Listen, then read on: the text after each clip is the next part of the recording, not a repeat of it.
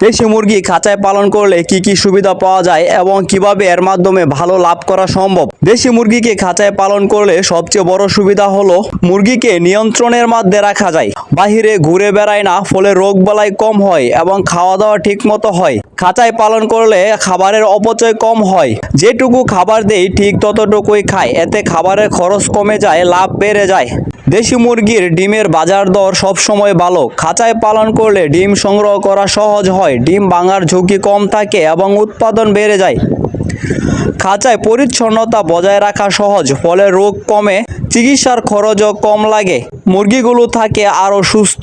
দেশি মুরগির ডিম ও মাংস দুটোই বাজারে ভালো দামে বিক্রি হয়। খাঁচায় পালন করলে কম খরচে বেশি উৎপাদন পাওয়া যায়, এতে লাভের পরিমাণও বেড়ে যায়। বন্ধুরা, দেশি মুরগি খাঁচায় পালন করলে কম জায়গায় বেশি মুরগি রাখা যায়, পরিচর্যা করা সহজ হয়, রোগ কম হয়, এতে লাভ বেশি পাওয়া যায়। আর ভিডিওটি ভালো লাগলে লাইক দিন, কমেন্ট করে আপনার মতামত জানান আর সাবস্ক্রাইব করে পাশে থাকুন। ধন্যবাদ।